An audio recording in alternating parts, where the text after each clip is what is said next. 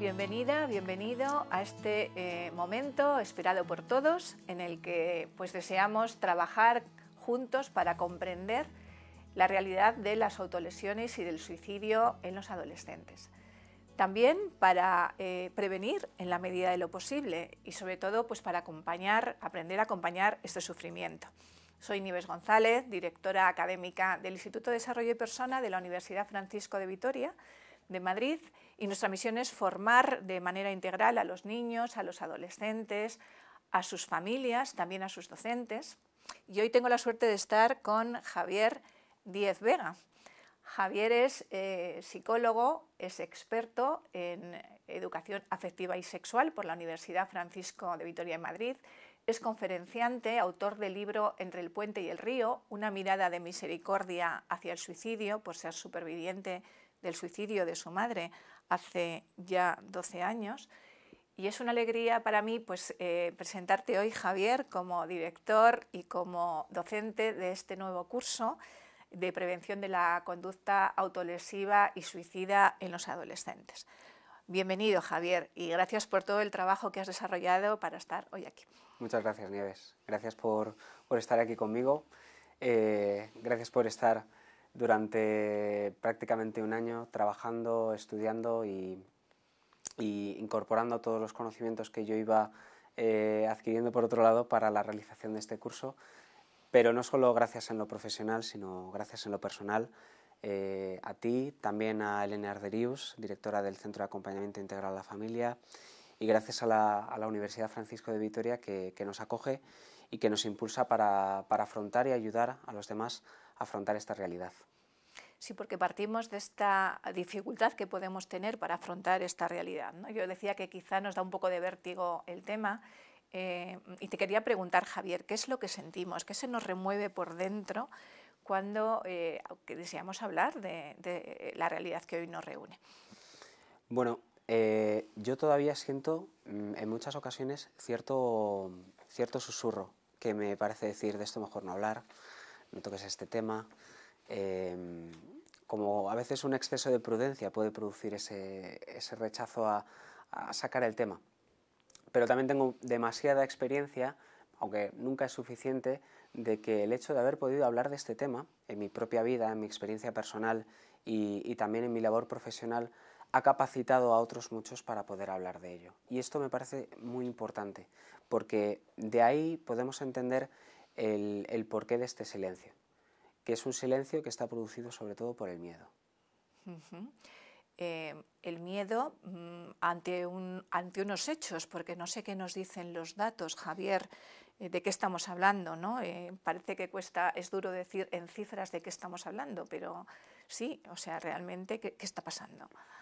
Los datos en cuanto a conducta autolesiva, en cuanto a autolesiones, hablan, según la Asociación Española de Pediatría, de un aumento de un 180% de adolescentes que se autolesionan. Y esto es algo que debería estar en la primera plana de todos los medios de comunicación. En primera plana, aunque sea solo un día, están los datos alrededor del suicidio, pero esto se olvida muy rápido. Por desgracia, la realidad del suicidio hoy en día ya supera a nivel general los 4.000 suicidios al año, y esto es muy grave. En lo que respecta a los adolescentes, a quienes queremos ayudar a través de este curso, es que de 15 a 29 años, que es una etapa de adolescencia y juventud, el suicidio es la primera causa de muerte no natural en España. Tenemos que hacer algo, porque hemos de ser conscientes de que, aunque los datos puedan ser alarmantes, no dejan de ser personas. Detrás de cada persona hay una historia, alrededor de una persona hay una familia, alrededor de un adolescente hay un colegio al que tenemos que acompañar, a los que tenemos que ayudar. ¿Y por dónde podemos empezar a mirar, ¿no? Porque yo, pienso que el deseo no es huir, ¿no? Pero a veces no sabemos cómo comprender o por dónde podemos empezar a mirar, ¿no? O esto, ¿qué nos está sucediendo por dentro que nos dificulta? Quizá detrás de la pantalla haya gente que no sabía los datos que tiene estas conductas y da miedo. Podemos empezar por el miedo. Podemos empezar del miedo a un adolescente a volver a hablar con sus padres, a abrir la puerta de su habitación, a que aquello que está sufriendo, porque a veces la adolescencia no es sencilla, pueda compartirse en casa sin que se rechace, con una comprensión, sin que se busque el castigo porque ha hecho alguna historia que, por otro lado, quizás deba ser castigada o reconducida de alguna forma. Podemos hablar del miedo de los padres, que enseguida ven cómo los niños, las niñas ya dejan de ser niños, dejan de contar las cosas en casa, están más pendientes de lo que está en la pantalla, y ese miedo a lo que puedan estar viviendo supone a veces un obstáculo para crear un diálogo. Podemos hablar del mismo miedo de los padres al sacar temas delicados como pueden ser estos en el colegio. El miedo al que dirán, a que se suponga, se rumoree, se sospeche. Pero también podemos hablar del miedo de los colegios. Vamos a presentar el colegio como algo estupendo, muy innovador, en el que todos los niños son felices. Claro, sacar este tema es muy delicado, ¿no? En muchas ocasiones se puede intuir cierto miedo a que suponga una falta de prestigio, ¿no? Porque si en un colegio sucede algo tan grave como el suicidio de un alumno, podría dar una mala imagen.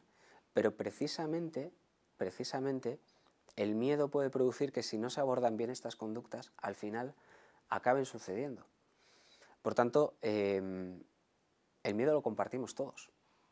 Mira, sucedió hace no mucho tiempo en un colegio. Me contaba una amiga que es psicóloga clínica y trabaja precisamente con adolescentes, que fue a través del AMPA a un colegio a hablar sobre la salud mental en los adolescentes. La sola mención de autolesiones, ya sean cortes en los antebrazos, roces sospechosos, quemaduras, hizo que en muchos padres empezasen a surgir ciertas caras de miedo, precisamente porque es lo que estaban viendo en sus hijos, en sus hijas. Después de aquella sesión, varios padres, casi a la vez y un poco temerosos y mirándose unos a otros, pudieron hablar de exactamente el mismo suceso que estaban viviendo en casa, con ese miedo del que decíamos antes a la incomprensión. Y esta psicóloga, gracias al departamento de orientación también de este colegio, pudieron pasar del miedo a una esperanza encarnada, una esperanza que se hace acción concreta, que ya ha detectado una conducta que pudieron ayudar a resolver. Qué esencial es esto, ¿no? Porque la verdad es que cuando te reúnes con los padres de adolescentes, pues es que hay un deseo inmenso de acercarse a sus hijos, o sea, se preguntan cómo hacerlo, qué le ha pasado, porque antes era sencillo y ahora de repente, ¿no?, está ahí como cerrado en la habitación, quieres abrir la conversación y sientes que te echa la persiana, ¿no? Y los padres están con, bueno, pues como todos los padres que ahora me puedes estar escuchando, con un deseo inmenso, ¿no? Y yo pienso en el hijo o en la hija y sobre todo está atravesando dificultades o conflictos, pues cómo no va a querer abrirles y sentirse apoyado y ayudado, ¿no? Pero a la vez esa lucha con decir no puedo solo, no te necesito, ¿no? Este miedo también yo veo muchas veces, Javier, en los chicos como de sentirse parte del grupo, ¿no? El no quedarme apartado, que es tan esencial. Y uno que me parece importante en los amigos, porque a veces las autolesiones las conocen los primeros los amigos, y se sienten como desleales, como que traicionan si resulta que yo les cuento a mis padres que mi amigo me ha contado esto o que yo le he visto a mi amigo o mi amiga con esto, ¿no?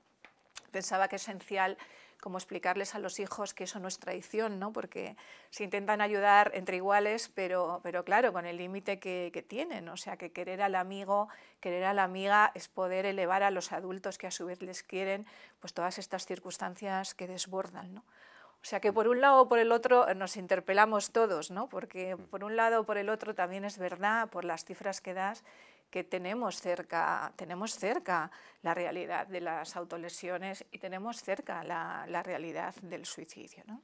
Eso es, buscamos interpelar, pero no juzgar. El que se haya podido vivir en casa o se esté viviendo en este momento, el que sea una cuestión que se está desbocando en un colegio prácticamente con un efecto contagioso como el típico resfriado de las guarderías en septiembre, es algo que nos tiene que ayudar a todos a reconocer esta realidad, porque sabemos que hablar salva vidas. Y la sola idea, como decía antes, a través de esta historia, de que esto puede estar sucediendo, nos tiene que empujar a afrontar la realidad, porque cuanto mejor la abracemos, cuanto mejor la afrontemos, mejor la podemos prevenir. Pero cuando dices abrazar, Javier, o sea, yo quiero entender qué sentido tiene esta palabra referida a esta realidad, o sea, qué significa abrazar y sobre todo cómo podemos abrazar correctamente esta realidad. La mejor forma de abrazar la realidad es mirándonos a nosotros mismos y tener la capacidad de mirar a los demás como personas que tenemos sentimientos, que tenemos emociones, que atravesamos situaciones vitales que a veces son estresantes, que a veces nos superan. La validación emocional consiste en permitir que toda persona pueda expresar sus emociones, expresar sus ideas sin el miedo a ser juzgado. Te pongo un ejemplo, muchas personas en nuestra sociedad conviven en su interior con ideas o pensamientos suicidas, ya sea por un trastorno del estado de ánimo, ya sean por circunstancias adversas que han sobrevenido o que llevan mucho tiempo, digamos, minando su esperanza, minando su facultad para ver más allá de este trágico final. Permitir al otro expresar esas ideas es difícil. De hecho, la propia persona que lo sufre siente pavor ante sus propios pensamientos. ¿Cómo no va a sentir pavor si se lo comunica a su padre, a su esposo, a su hijo? Pero hay que salir de ahí, porque el hecho de hablarlo puede permitir que si el otro lo acoge bien, pueda manifestar, pueda acompañar. Acoger al otro y permitir esa validación, permitirnos el que puedan estar sucediendo estas conductas en casa o en el colegio, nos va a permitir, nos va a abrir a la posibilidad de abrazar la realidad. Y por tanto, sin que esto dé por buena esos pensamientos o esas autolesiones, esas conductas, nos va a ayudar a acompañarlas bien. Sí, porque, o sea, yo me pongo en la piel, imagínate que yo siento que estoy en un pozo, que cada vez voy más abajo, ¿no? Que esto es muy profundo, muy oscuro, que no voy a salir, que van a vivir mejor sin mí, porque uno puede pensar esto realmente, pues van a ser más felices si no estoy, porque es que estoy tan mal, ¿no? Pues ojalá me pudiese dormir calentita y ya está, y no despertarme.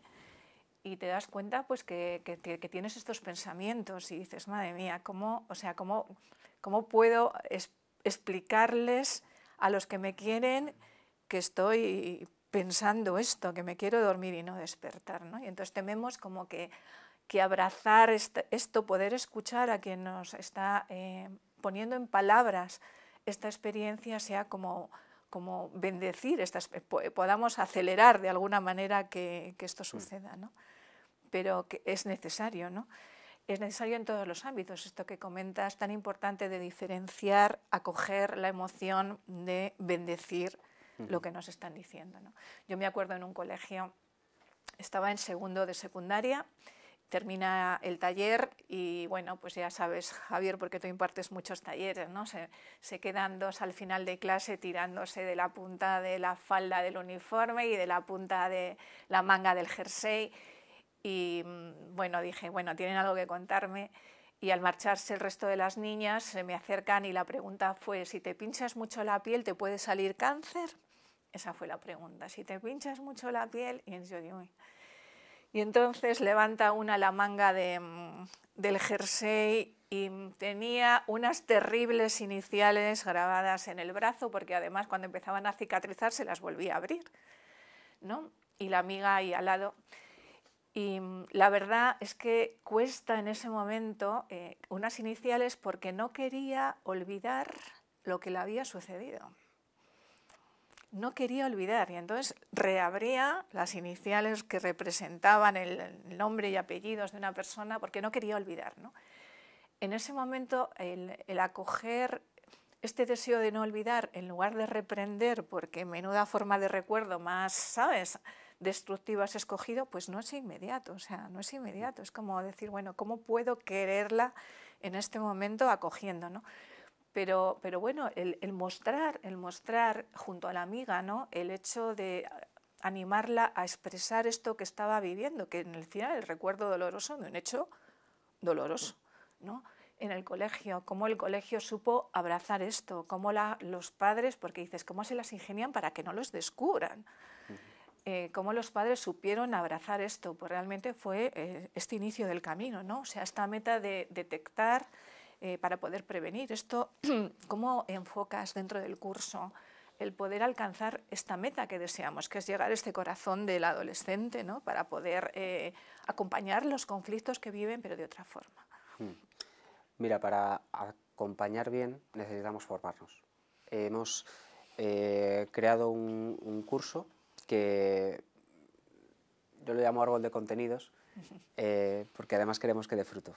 Y este fruto viene de unas ramas.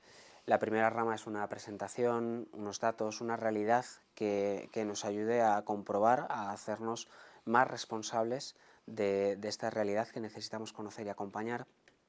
Necesitamos entender unos conceptos que serán clave para que en las dos ramas siguientes, uno dirigido a la conducta autolesiva y otro dirigido a la conducta suicida, seamos capaces de entenderlas, ¿no? Ambas conductas parten de una realidad y es el hacerse daño a uno mismo. Partimos de que son conductas, no es un trastorno mental, aunque estas conductas suelen ser, están muchas veces, no siempre, están muchas veces acompañadas de otros síntomas que pueden dar lugar a que se detecte, se diagnostique un trastorno mental. En el caso de las autolesiones, necesitamos conocer que siempre cumplen una función, que hay varios tipos de autolesiones, hay varias formas de autolesionarse, y esta función es la que, precisamente como decías antes, por más irracional que nos pueda parecer que un adolescente se pueda hacer daño, ese daño va a producir un beneficio a corto plazo que va a convertir esta conducta en algo habitual y además en algo habituado. Es decir, que estas conductas también a nivel neurológico son potencialmente adictivas porque es una forma en la cual el cerebro y por lo tanto asimismo empuja a la propia persona a que ante, por ejemplo, una de las funciones más comunes que tienen las autolesiones, ante una tensión emocional muy grande, a través de esta autolesión permitan rebajar esa tensión.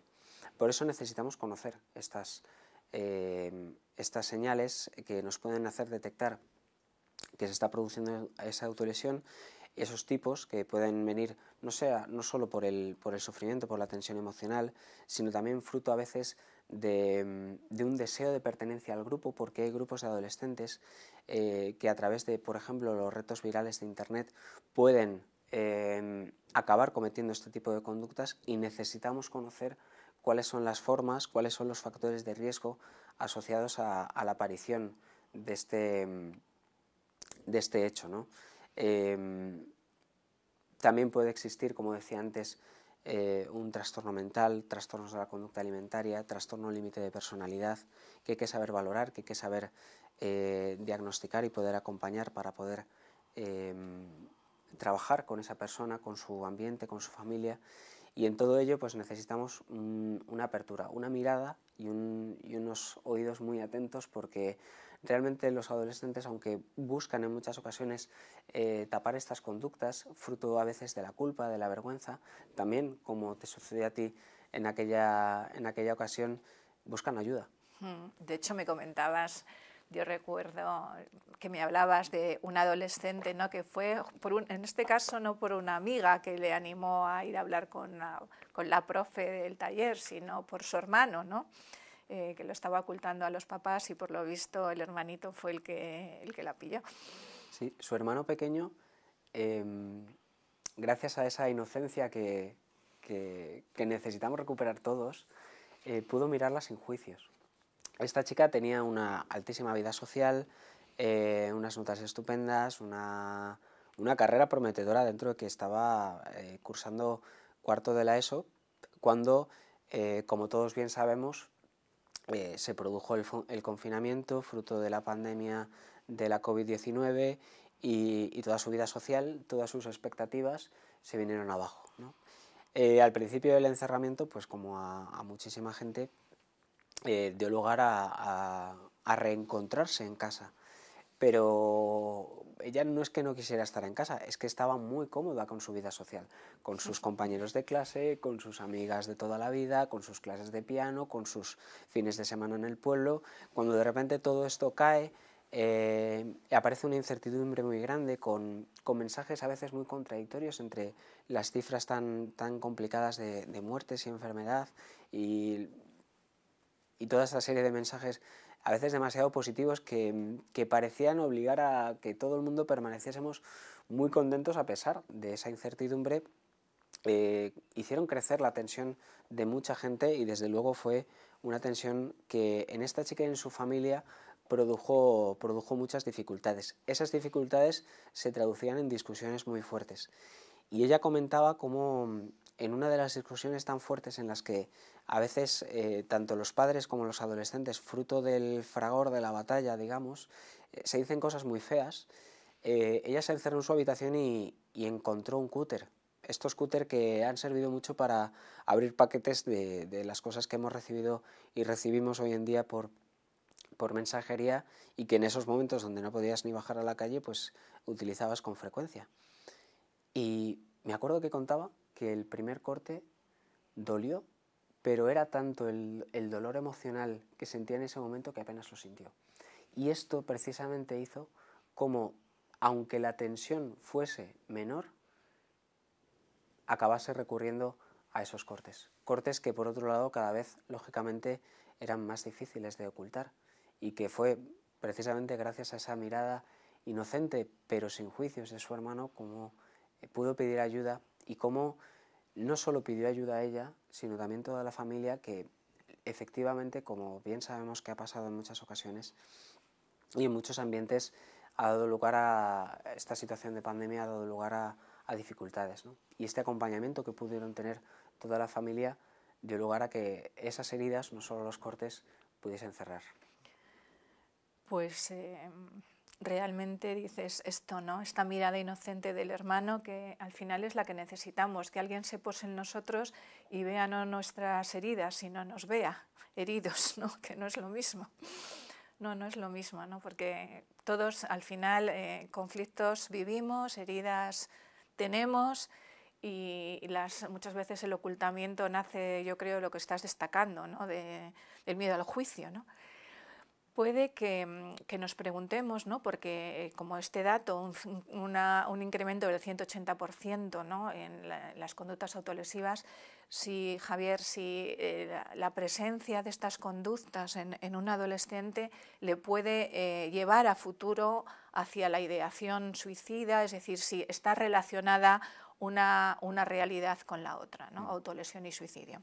Sí, hay una relación indirecta. Esto hay que explicarlo bien, ¿no? Porque además la realidad de la autolesión es muy diversa. De hecho, muchos autores destacan que hay que investigarlas aparte y a las autolesiones hay que investigarlas como autolesiones no suicidas porque no tienen la intención de cometer suicidio, ¿no?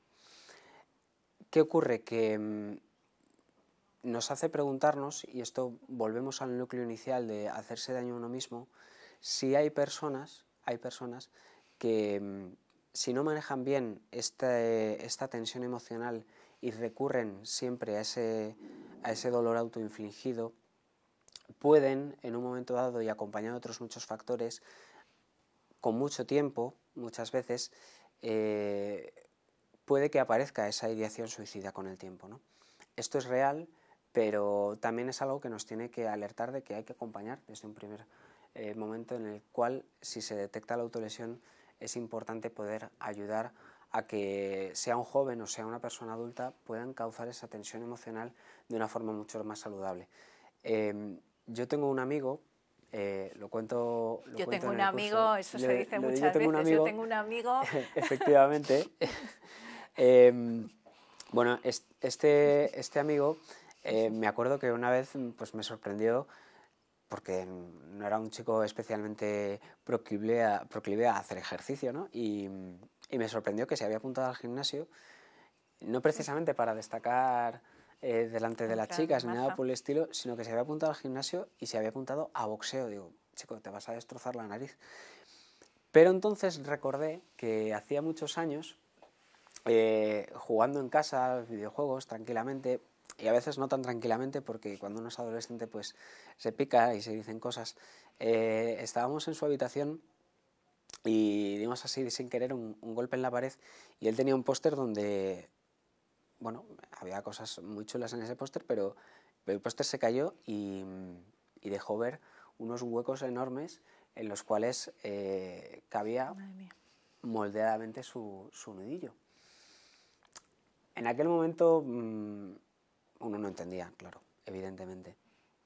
Cogimos el póster, lo devolvimos a su lugar y recuerdo hace unos meses, estudiando la conducta autolesiva, empecé a unir piezas y dije, no puede ser, y seguramente era así, que esa tensión emocional que él a veces tenía, porque la hemos tenido todos los adolescentes, lo pagase con su pared y tuviese luego que tapar.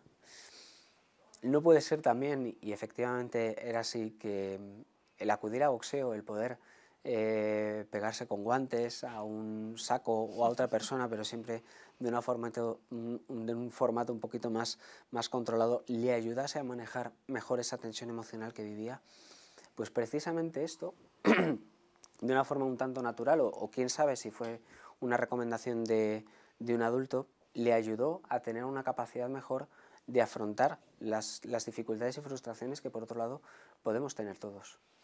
Bueno, yo creo que tenemos todos, Javier, porque la vida implica conflicto, las relaciones interpersonales, y no digo con otros que nos generan dificultad, con los más cercanos. La familia tiene conflictos normales, quiero decir, en las relaciones matrimoniales, con los hijos, los hermanos entre ellos, los compañeros, es decir, que el conflicto, la tensión, forma parte normal de la existencia, el sufrimiento forma parte de la existencia.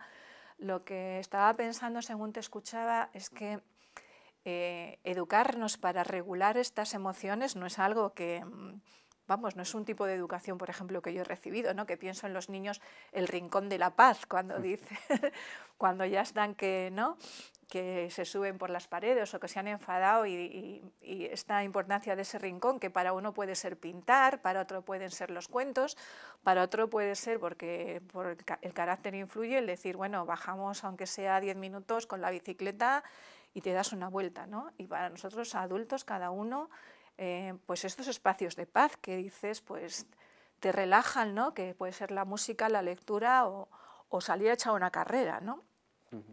Y no solo regularse encontrando estos rincones de paz, sino poder comunicar, o sea, qué personas tenemos en la vida que podemos abrir nuestro corazón, que no lo vamos a ir haciendo con todo el mundo, pero esas presencias amigas en la vida, ¿no? Que dices, bueno, esto es lo que estoy viviendo, como decías, que me van a acoger, que me van, ¿no?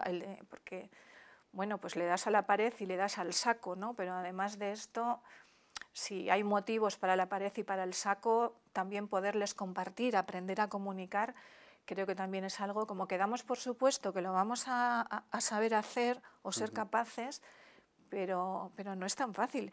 Y hay también caracteres especialmente hacia adentro, que digo yo, ¿no? Cerrados, que sufren muy dentro, ¿no? Entonces, esta realidad del suicidio, que nos parece como siempre tan lejana, aunque en realidad está cerca, porque en realidad está cerca, ¿no? Que sigue siendo un tabú, aunque estabas diciendo que hablar salva vidas. Quizá tú es que lo has tenido que afrontar necesariamente, Javier, porque lo has vivido en casa. Eso es. Yo podría decir que en mi casa ciertamente el tabú del suicidio estaba muy presente, porque mi madre había tenido un par de intentos que yo recuerde cuando yo era pequeño. el día que mi madre se suicidó, el tabú murió también, porque es inevitable, porque era inevitable tener esa realidad presente.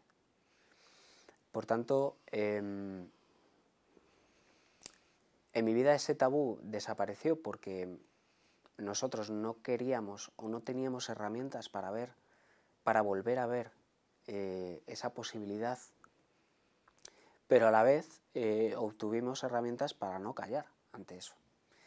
Y esto es algo que me ha acompañado, ¿no? Porque el tabú yo me lo he encontrado, pero no un tabú que busca que yo calle, sino he encontrado mucho silencio, he encontrado incomprensión, porque realmente no sabemos muchas cosas de la conducta suicida que deberíamos saber.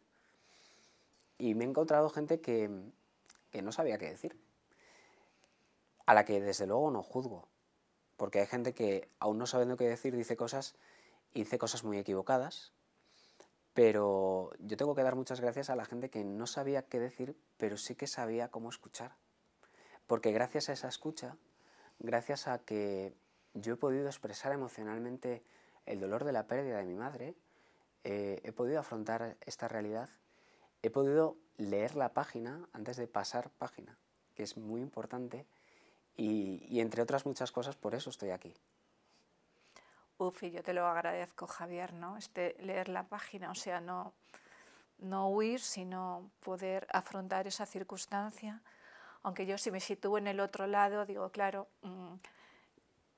es que es tan difícil saber qué decir, o sea, creo que ese silencio se debe generalmente volvemos a los miedos, ¿no? Al miedo a hacer daño, a dar una palabra que en este momento no sea adecuada, que pueda hacer daño, ¿no? Que queda al escuchar, pero bueno, también poder dar esa palabra sería un regalo grande. Sí, es una virtud, porque además creo que hay que diferenciar la prudencia del miedo. Tenemos que ser muy conscientes de que la realidad del suicidio, cada uno de las miles de personas que lo afrontan, la vive de una manera muy diferente. Tanto el que está teniendo ideación o ha tenido intentos de suicidio, como su familia, su colegio, sus amigos. Cuando el suicidio se consuma, es importante entender que a veces no están claras las circunstancias. Hay una sospecha, puede ser una sospecha de suicidio, pero hay otras veces donde hay que esperar y es importante, ¿no? Y en cuanto al duelo, como decía, no todo el mundo tiene por qué vivir el duelo de la misma forma, ¿no? Hay gente que, pues como yo, lo ha hablado abiertamente e incluso lo ha hablado desde un punto de vista más social o incluso podríamos decir mediático, pero hay otras muchísimas personas, miles de personas, que lo han vivido en una intimidad y esto es absolutamente respetable.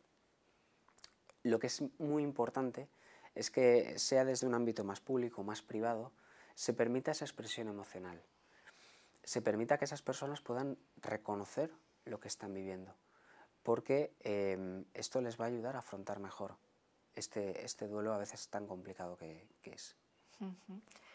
¿Y qué piensas, Javier, cuando se dice, bueno, la persona que se suicida realmente quiere dejar de vivir, ¿no? Y si estamos hablando de nuestros adolescentes, de nuestros chicos que están estrenando la vida, o sea, que es el momento de la vida que uno está lleno de ilusiones, de proyectos, ¿no? de anhelos, de planes, que quiere cambiar la realidad, ¿cómo puede ser hechos para vivir, ¿no? en ese momento fuerte de la existencia, que quieran morir? O sea, a mí me nace esta pregunta, ¿no? Es un choque, de hecho, es lo que a mucha gente le asusta tanto, ¿no? Como un adolescente que está en la flor de la vida quiere cortar con ella. Ante esto hay que decir que existen muchas ideas erróneas acerca del suicidio. Comúnmente se le llama mitos, que cumplen, como decía antes también, con las autolesiones cumplen una función, porque mientras estos mitos persistan, no vamos a ser capaces de entender bien la realidad del suicidio, ¿no? Un mito es, por ejemplo, que la persona que comete suicidio desee morir. en la mayoría de los casos lo que buscan es desear de sufrir. Y ese sufrimiento es el que tenemos que estar preparados para acoger, preparados para reconocer. Un sufrimiento que cuando puede llevar a una persona, tenga la edad que tenga, al suicidio, tiene muchos factores que podemos señalar y podemos detectar. Estos factores en la adolescencia tienen que ver con el sentido de pertenencia, tienen que ver con la acogida de la propia realidad, los cambios. Hoy en día, que a veces hemos visto que mediáticamente suponen un boom, porque es una noticia muy dura, es unir la realidad del suicidio con la realidad del acoso escolar. El acoso escolar supone un factor de riesgo muy importante en la aparición de la conducta suicida. Pero muchísimas veces no solo está el acoso escolar, sino que el acoso escolar no esté debidamente acompañado en casa. Por ejemplo, un adolescente que puede estar viviendo acoso escolar incluso sin tener herramientas personales para reconocerlo, porque puede haber dado por normal y como aceptable el hecho de que lo insulten o que lo dejen de lado cuando quieran o que lo utilicen solo por sentirse parte de algo, y esto es algo que a nivel personal implica que quizá tenga un problema de autoestima. Cuando acompañado de ese problema de autoestima y ese problema que está viviendo con respecto a sus compañeros no lo acompaña una familia que por otra serie de circunstancias, porque vive con mucho trabajo, no tiene tiempo de acoger a los hijos como se debe, no sea capaz de comprender y detectar esa situación que está viviendo, su sentimiento de pertenencia se rompe por completo. Por tanto, son factores que, sumándose, pueden dar lugar a lo que se llama una desesperanza. Una desesperanza que no es simplemente que las cosas son así y hay que resignarse, sino todo lo contrario. Una desesperanza implica que no van a mejorar. Y ante la idea de no mejora, cuando ésta persiste con el dolor que se sufre, puede empujar a una persona, a un adolescente, a que no vea otra alternativa que ese pozo en el cual se puede ver y del cual no vea otra salida que esa, que el suicidio. Y sin embargo, yo en el curso, la verdad es que algo que me ha impactado mucho es aprender a detectar estas peticiones de ayuda que los adolescentes dan a su manera, esto como el tirarse de la falda o tirar del jersey o quedarte remoloneando al final de una clase, ¿no? porque es raro que vayan como directamente, pero detectar, por tanto, educar nuestro corazón para escuchar, ¿no? Como por ejemplo, me imagino en este caso, las dificultades del hijo en el colegio, que cuando, oye, te las relata el hijo, parece que te dan ganas de salir a partir piernas tú, ¿no? Pero lo que tienes es que acoger al hijo o aprender a mirar, ¿no?, estas peticiones de ayuda de nuestros adolescentes. Eso es. Transformar, de hecho, ese otro mito de que una autolesión, una idea suicida, un intento de suicidio puede ser una llamada de atención, ¿no? Cuando se habla de llamadas de atención, enseguida en muchas personas aparece una emoción de desprecio, ¿no? ¿Cómo es capaz de hacer algo así para conseguir que le hagan caso? Y lo que en muchas ocasiones nos tendría que mover no es al desprecio, sino precisamente qué es lo que estás sufriendo, cómo debes estar sufriendo, qué es lo que estás viviendo para que desees dejar de vivir. Y cómo te estoy acogiendo yo o cómo te estoy escuchando yo para que necesites llamar la atención de esa manera. Que esto es algo que, como decíamos antes, no acusa ni culpa, pero es una cuestión que nos tiene que poner en la realidad de, como decíamos, acoger la realidad del otro y poder acompañar. Sí, sí, porque a un nivel diferente, a un plano distinto, te pasa en clase con los que llaman la atención, ¿no? Que dices, es que está todo el tiempo llamando la atención, pero es que tenemos la necesidad de ser mirados, y de ser mirados especialmente cuando en algún ámbito de nuestra vida o en la vida en general, ya en clave de sentido, no se encuentra el lugar o se vive en la soledad, ¿no? Y entonces, bueno, pues llamar la atención, pues sí, llamar la atención, ¿no? Pero claro, la pregunta del por qué, lo que pasa es que vamos tan deprisa por la vida, Javier. Las familias, estaba escuchando, digo, las familias vamos tan deprisa desde que nos levantamos por la mañana hasta que caemos en coma por la noche, En los colegios el ritmo es muy grande, son muchos alumnos, cada uno de su padre y de su madre, o sea que no pienso que falte como la tensión o el deseo, ¿no? Pero tampoco en general la vida que llevamos nos favorece, ¿no? Pensaba que pese a esta escucha, a este cuidado, esta atención, pues a veces las cosas pasan, ¿no? Quizá tú que estás hoy aquí, pues lo sabes mejor que nadie, porque has hecho lo humanamente posible y lo humanamente imposible, y has vivido la muerte por suicidio de ese hijo inmensamente querido, de esa hija inmensamente querida por la que hubieses entregado tu propia vida, o de ese alumno o esa alumna tan queridos, ¿no? Entonces, ¿qué se puede, Javier, hacer ahí, ¿no? Porque ahí están los datos también. Ahí está la realidad. Es la realidad. Que nos hace entender que necesitamos ver las señales de alarma que puede dar un adolescente o no. Porque muchas veces o se dan y no se reconocen o llegan a no darse del todo. O de una forma en la cual se pueda detectar. Todas las personas que trabajan muchísimo por la prevención del suicidio tienen la idea y tienen el deseo, y tenemos el deseo de que estos datos, de que estas cifras bajen, de que todavía más personas de las que ya reciban una ayuda afectiva, efectiva, integral, sean todavía más. Pero también tenemos que partir de la realidad, y es que al suicidio cero no vamos a llegar. Yo, por mi parte, para mí es impensable, para mí ya es imposible. Haga lo que haga, el suicidio cero no es, porque no le voy a devolver la vida a mi madre. Pero si algo he aprendido y algo que me anima a seguir trabajando es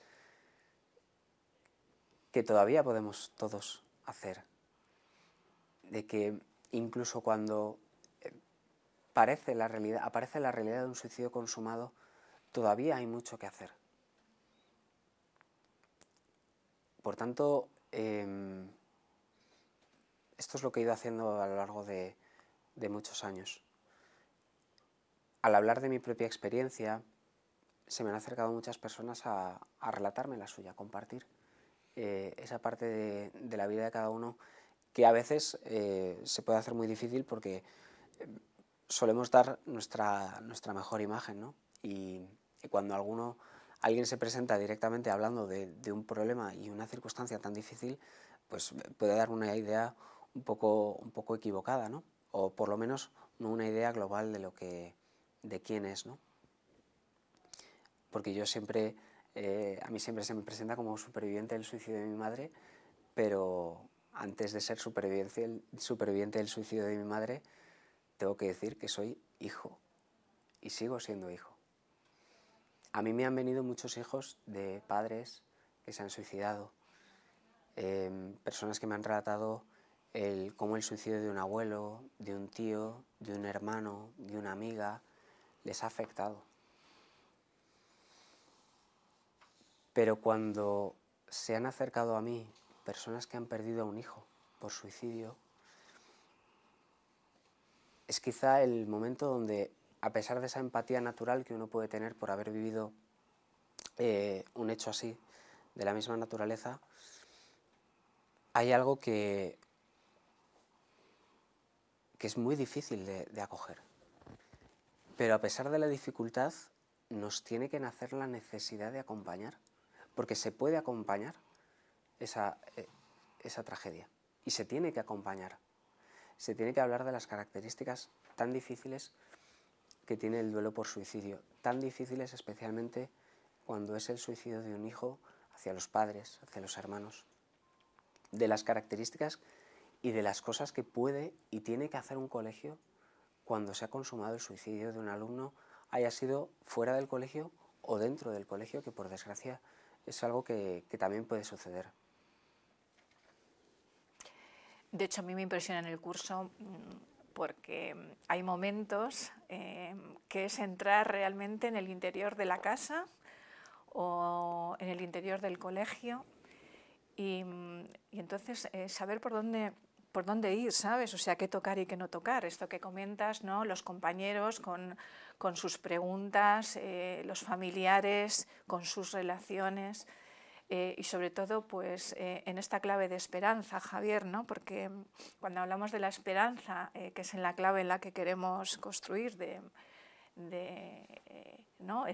Formarnos para poder acompañar, pues la esperanza en el futuro se basa en una certeza del presente, ¿no? El decir, todo puede estar lleno de sentido. Para mí decir esto es tenerte delante, porque poder decir que una circunstancia puede encerrar una capacidad de bien es mirarte a ti, ¿no? Es mirarte a ti. Que dices, pues no, pues Javier no se ha destruido, sino que se ha edificado, ¿no? Y no se ha malogrado, sino que su vida se va logrando acompañado, ¿no? En esta capacidad de estar acompañado. Entonces, desde ahí esa esperanza, Javier, con la que queremos trabajar en este curso. Es una esperanza que me asombra, que me da vértigo por no ya lo que he vivido, que es innegable, sino cómo he sido capaz de vivirlo así, sabiendo que evidentemente no lo he vivido solo, y precisamente por haber sido mirado así,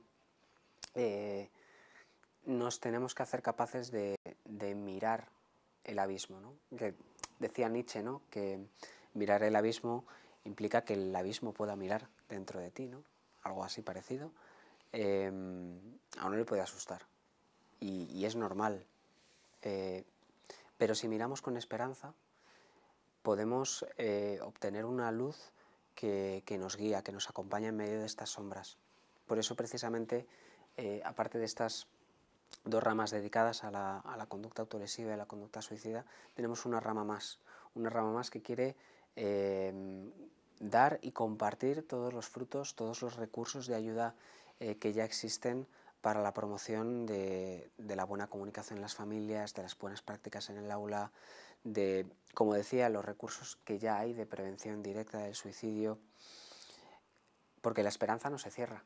El curso tiene un cierre, tiene un final, pero la esperanza no se cierra. Nuestra certeza y nuestra experiencia es que siempre es capaz de abrir en nosotros y en todos los que somos miramos así nuevos caminos, ¿no? Por eso desde el primer momento del curso la Universidad Francisco de Vitoria, que nos acoge a través de nuestro instituto, a través del Centro Integral de Acompañamiento Integral a la Familia, queremos traspasar un poco la pantalla, ¿no? Intentar ponernos a vuestra disposición para ayudar a las familias a prevenir, ayudar a las familias a comunicarse mejor, a intervenir cuando hay alguna circunstancia, alguna dificultad detectada. Queremos acompañar también a los colegios que puedan sentir la necesidad de formarse, de tener presente la necesaria activación de protocolos de detección, de intervención, de posvención, que es este ámbito que implica todo lo que se puede hacer después de que se haya producido un suicidio. Queremos ponernos a vuestra disposición para que gracias a vosotros y junto a vosotros seamos todos agentes de prevención. Porque el suicidio ni la conducta autolesiva es culpa de nadie, pero sí es responsabilidad de todos. Pues en este sentido, Javier, yo te doy las gracias por tu trabajo, por tu profesionalidad, porque la verdad es que ha sido un privilegio caminar a tu lado en la preparación de este curso, al lado también de Elena Arderius. También por tu vida, porque al final educa a la persona, forma a la persona, no los recursos. Esta llamada a la acogida incondicional que nos haces, a la escucha del otro, a abrir canales de comunicación, aprender a dar cauces para regular las emociones, estos tips que nos has dejado, ¿no? De hablar salvavidas, que, bueno, pues que desmitifican otras propuestas. Hablar salvavidas, la persona que hace un intento suicida en realidad lo que desea es dejar de sufrir, no dejar de vivir.